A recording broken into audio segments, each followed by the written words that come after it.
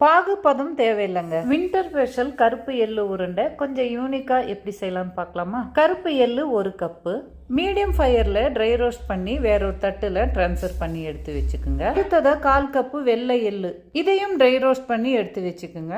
இப்போ எள்ளு கொஞ்சம் சூடு ஆறின பிறகு ஒரு மிக்சி ஜார்ல ரொம்ப நைஸா இல்லைங்க, கொஞ்சம் கோரஸா ஒரே ஒரு சுத்து கிரைண்ட் பண்ணி எடுத்துக்குங்க. பாருங்க, இந்த மாதிரி இருந்தா போதுமானது.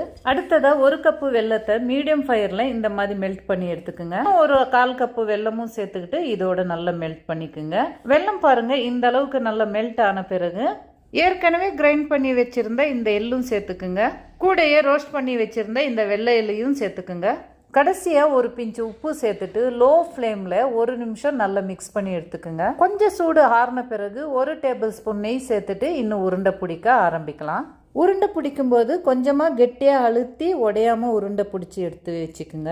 இதே மாதிரி எல்லா உருண்டைகளும் உருட்டி எடுத்துக்கோங்க. இந்த ஹெல்தியான எள்ளு உருண்டையை ஏர் டைட் பாக்ஸில் நீங்கள் 2 மந்த்துக்கு நல்லா ஸ்டோர் பண்ணி வச்சுக்கலாம். கிறிஸ்பாகவும் டேஸ்டாகவும் இருக்கும். நீங்களும் ட்ரை பண்ணி பாருங்கள்.